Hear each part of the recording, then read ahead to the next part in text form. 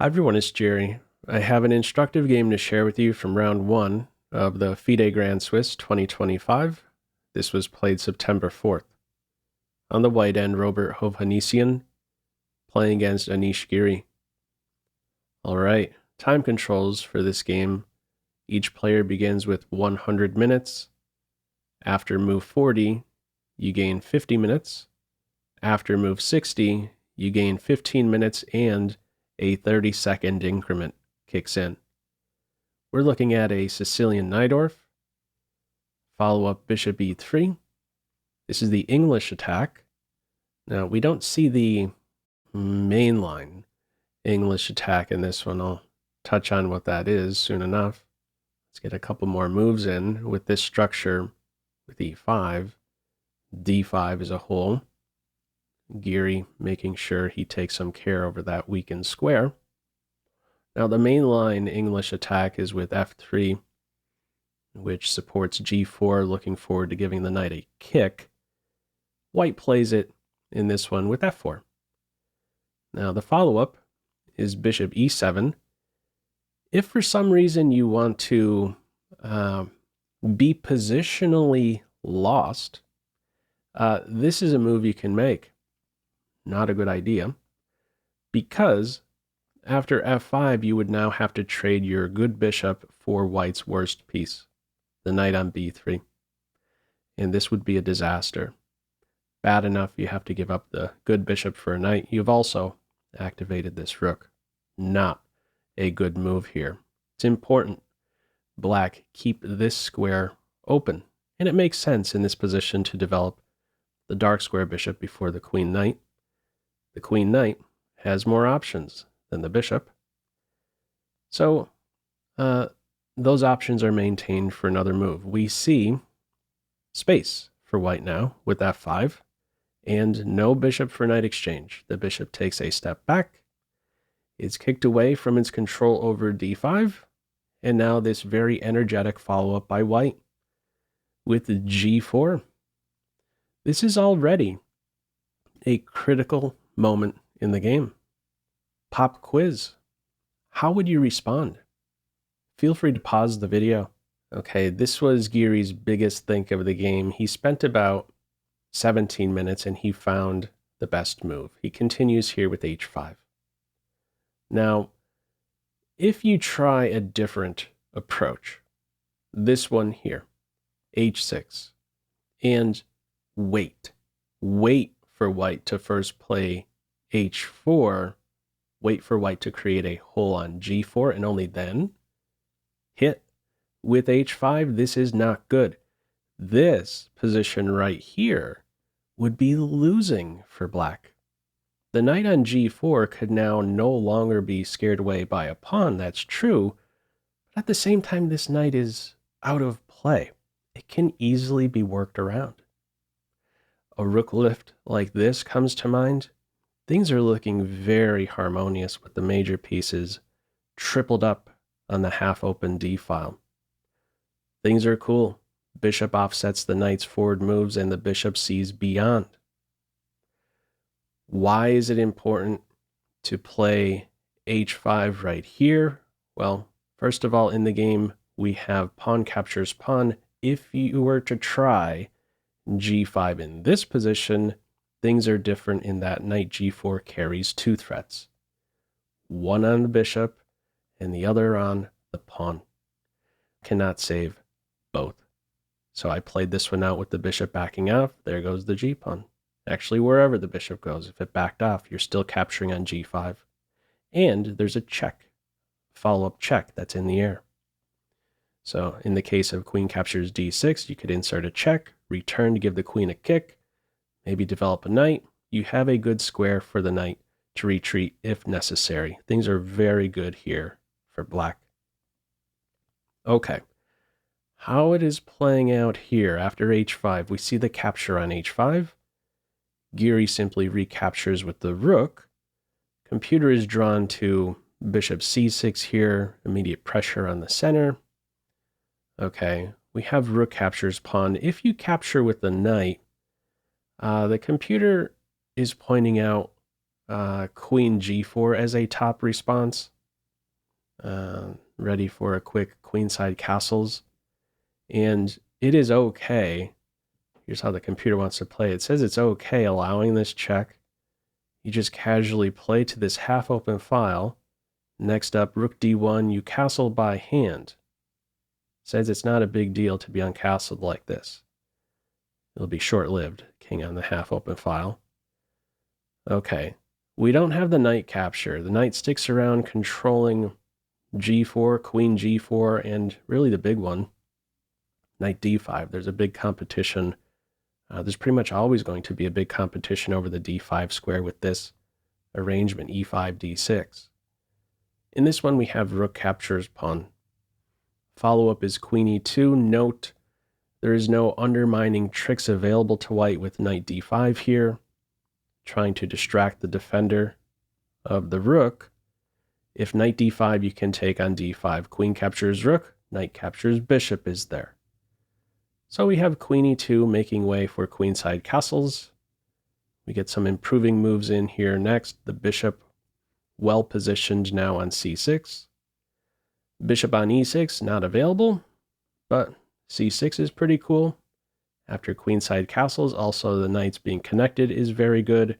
This is an excellent arrangement. Bishop on c6 or e6. You have great support over this and reinforcement over d5 should this knight one day maybe be undermined. The knight is there to recapture and you still have a grip over your weakest square. All right, from here, rook on a half-open file.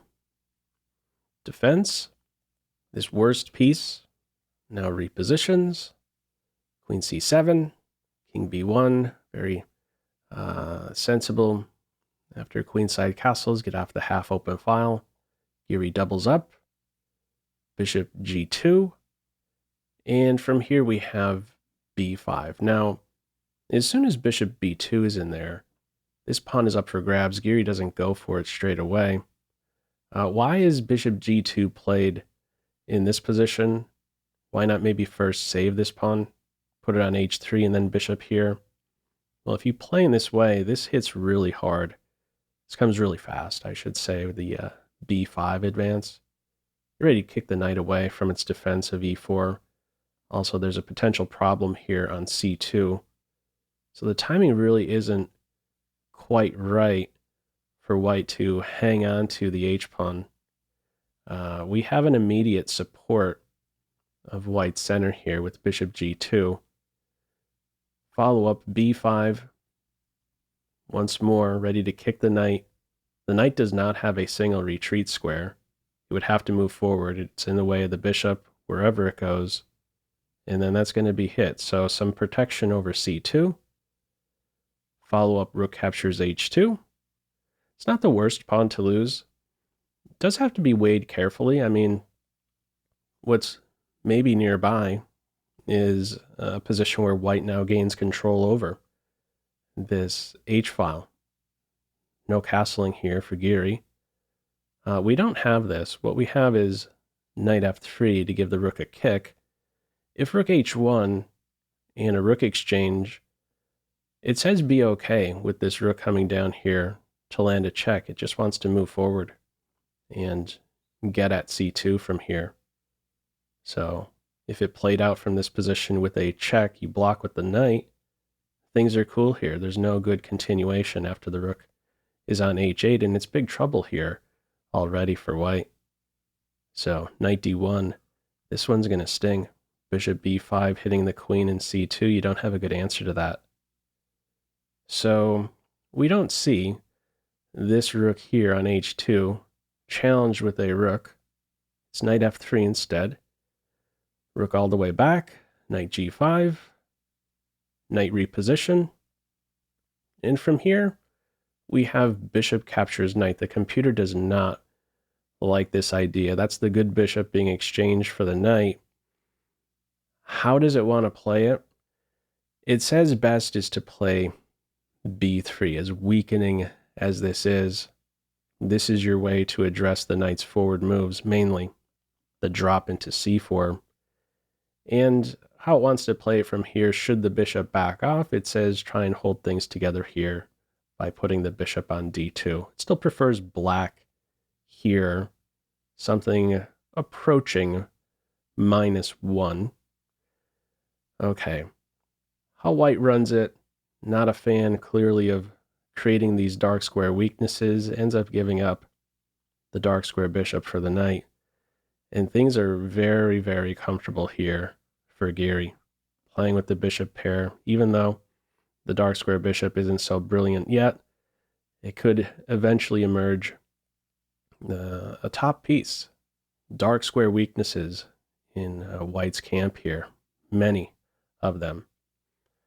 All right, from here we have bishop f3, b4, knight d5, and the follow-up is a bishop for knight exchange. I think this is the most natural for a human to go with. The computer saying better is to take with the knight. By taking with the bishop, this is how it plays out in the game. This knight sticks around and watches over a knight post on e4. So should this ever happen, we eventually will see a knight exchange in this game. The bishop can replace the knight on f6, and that really glues everything together in the center, which is going to be the king's home. It's rock solid here for Giri with this arrangement right here. The computer wants to run it like so. It says take with the knight, play bishop b5, and then put your bishop on f6. There's some crazy tactic with this line right here. If this pawn is picked up, I'll go ahead and highlight this. If queen captures b4, it says the top move is rook captures c2. Evil computer. If rook captures rook, there's queen captures rook. That's going to lead to mate shortly. There's a check in the air on d3 with that line. Also, if king captures rook, the idea would not be bishop d3 check because there's king b3 securing the queen. It says go down here with the rook, and after a rook block, it says that that's best. You play this position here, two bishops and the queen. It says that this is winning for black. Okay, there's other sub variations there, but what a shot that one is with rook captures c2 in this line. All right, how Giri plays it here after the knight falls into d5. It's the bishop for knight exchange. Let me get the move right back. Knight maintains control over e4. He advances now with a5, rook h1, rook f8. Let's keep this rook around, not only securing the king on the back rank. You watch over f7. This does have some pressure on it, and maybe further pressure is right around the corner with bishop h5. From here, knight e4, knight captures knight, bishop captures knight, and a little finesse here. Bishop g5 kicks this rook to a half-open file. This is true. Only after provoking that does the bishop fall back to f6. This is just 0.1 difference between these two moves. So in this position, there could be practical ideas at work here.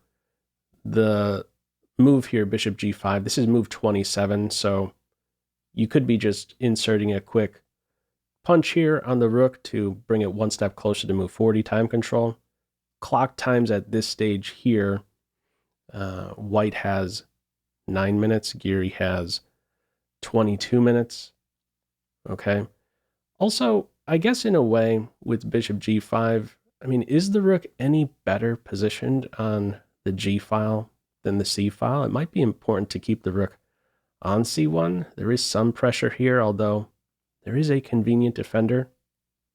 One final note, in a way, White is in a somewhat restricted state now, after the bishop falls back, a somewhat restricted state with the rook. The rook on h1 now has a responsibility to defend the rook on g1. Don't go too far. All right, White's play from here, we have a rook lift, and now the follow-up, rook c1. A little flashy, to be sure. This is not best, however.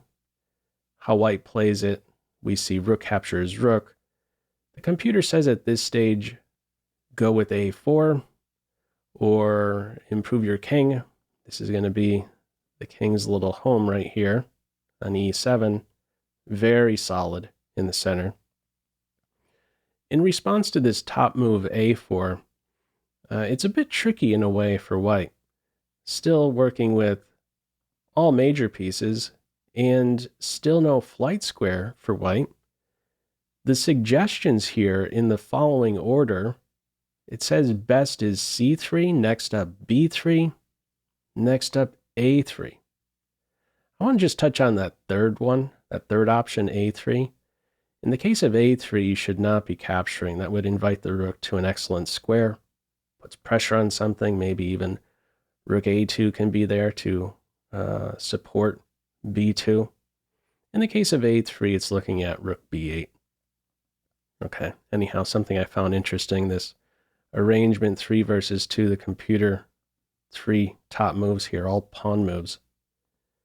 How it is played here, no rook a4. We have a little flash with rook c3. Rook captures rook, as mentioned, is the follow-up. If you take with the pawn, you're going to have to give up the queen to delay mate. It says play queen here so that this square on e2 opens up for your king. If you try to run straight away, king c1, first of all, king a1, checkmate on the spot, king c1, check, and checkmate. So you cannot take this rook with the pawn. We have rook captures rook, pawn captures rook, mate in 1, parried. Now the king steps up. Pop quiz, how would you continue here? Feel free to pause the video. Okay. The move in the game is queen c4. One more pop quiz. What move would you play here? Feel free to pause the video. Okay. Rather than queen c4, it says best is to create some room for the king. The best move here was a3. Got a square for the king. Queen c4 is a blunder. The top move in this position, the move in the game, is rook h8. The rook is poison. Rook takes rook, queen check, and checkmate to follow. So white's play a4 only now. Rook captures rook, bishop captures rook, follow up bishop g5. Why is Giri not going in for the fork? Why not play check and swipe the bishop? It's because there would be a perpetual check. Queen check on c7. And where do you go? If you go to e8, we would not see the check on c8. That would allow the bishop to block. The idea would be to land the check on c6. So we could keep sort of dancing on these two squares. If the king goes to e7 and e8, queen c6 and c7. If the king ever steps over in this direction, we have queen captures pawn.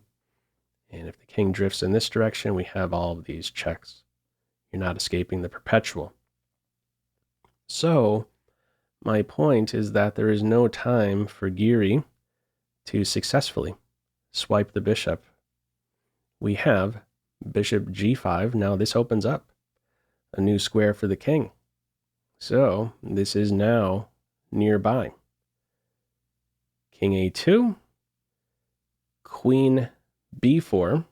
In the game, bishop e4 is played. There's no perpetual in this position. Queen c7, king f6. Queen d8, there's king captures pawn.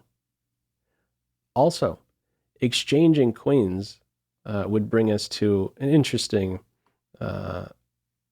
structure here. The king would be stuck due to these fixed pawns and also the bishop controlling c1. There's no escape. The king only ever has these three squares right here for the rest of the game. Now, the bishop will function well, pretty much optimal there on e3, securing c1 and watching over this passed pawn. Okay, the winning method from there, very simple. Bring the king up here, push the pawn, collect a pawn, work with 3 connected passed pawns. All right, exchanging queens, no hope for white. We have here bishop e4, follow up king f6. Notice, if black tries in this position bishop c1, it would be a draw. Bishop c1 with the idea of check and checkmate, not good enough. If you play in this way, now there would be a perpetual, and you would have to play king to e8 here. King e8, queen c8, king e7, queen c7. If you try something else, going to the f-file, in both cases, queen d8 is checkmate. f5 covered in this situation. So, what we have here before the bishop move is a king move, in a way saying now your queen is 2 moves away before you could land a successful check. From here, bishop d3.